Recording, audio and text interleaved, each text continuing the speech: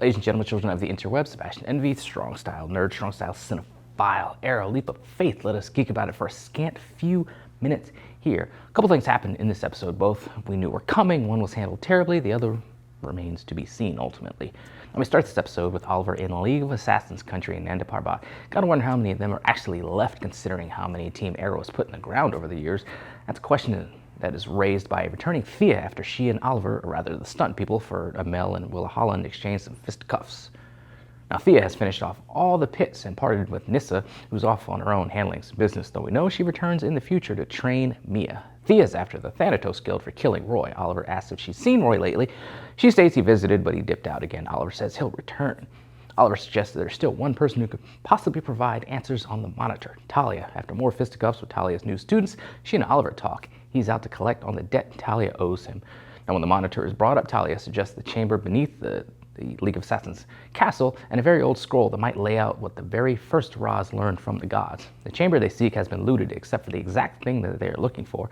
After solving a riddle, Oliver burns the scroll, revealing a sphere with a map that will lead to the original Roz's burial site.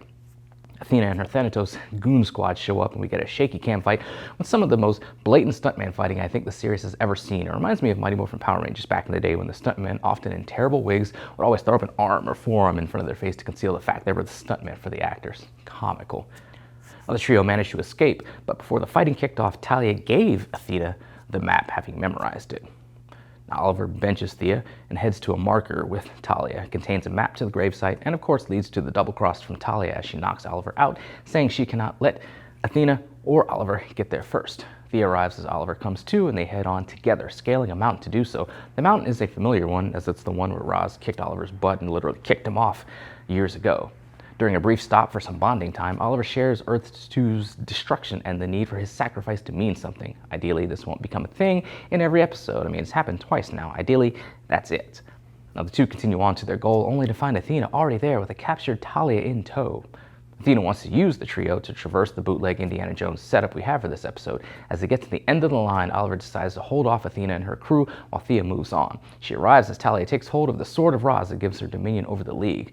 Thea challenges her for it, and after a pitched battle, manages to make Talia yield. Now later, Thea and Oliver read from an ancient text which features a picture of what looks to be the Anti-Monitor and the description of him as a god who will bring about the end times. Oliver, of course, does not know about the Anti-Monitor at this point, so he's thinking it's just the regular Monitor that he knows. This makes Oliver think the Monitor is definitely not on the side of the angels.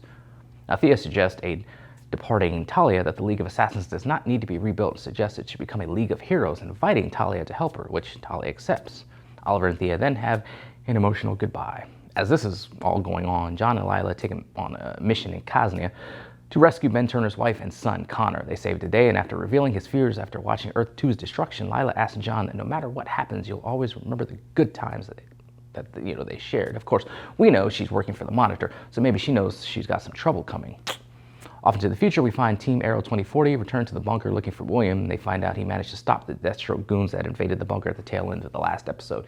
The team, on Mia's orders, stormed JJ's HQ, leading to the death of Zoe. The team is soon whisked to the past and inside the Team Arrow bunker, providing a shock for William and for Mia, who of course has never seen her father at all. That was the episode. Pretty good episode outside of a couple nitpicky things. One being Oliver, like I said, there's been a lot of crying. Or there was a lot of crying last night on these shows between Oliver on Arrow and then Joe and Barry on The Flash. And Jesse L. Martin just killed it on that show. I mean, he's just salt of the earth, that guy. But on this show, I don't want to see Oliver have to state to somebody what his mission is and how important sacrifice is, how it has to mean something. We know it has to mean something. We know this.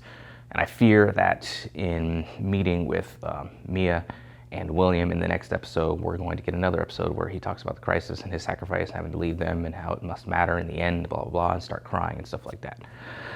Really hoping we don't get that, kind of thinking we will. We knew that somebody was going to die out of this episode, and the way it was set up with Zoe and Mia's interactions in the episode, it telegraphed that she was going to die. Plus, you didn't see anything about her, any information about her being in the spinoff, so you knew she was going to die. Plus, like, she comes in and Mia's like a sword to her throat from JJ, and she just knocked him down and then turned her back on the dude that has a sword. The dude's like right there on the ground. All she did was just come in and like kick him. That was it. She didn't expect him to get up. The dude's in body armor. She's not superhuman, so that was kind of like, really? Like, we knew it was coming, but it was like, really? So that was kind of dumb. We knew that the crisis was going to have Mia meet Oliver at some point. There was no way the show was going to end without those two coming face to face.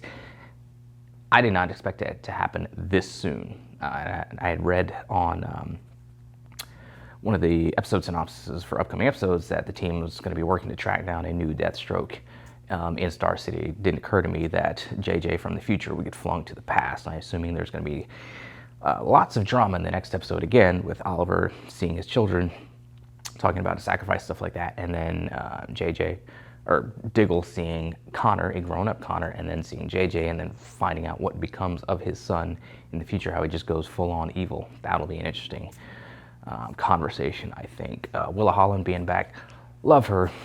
She's come a long way from just being this smart alecky, sort of rebellious teenager to drug user to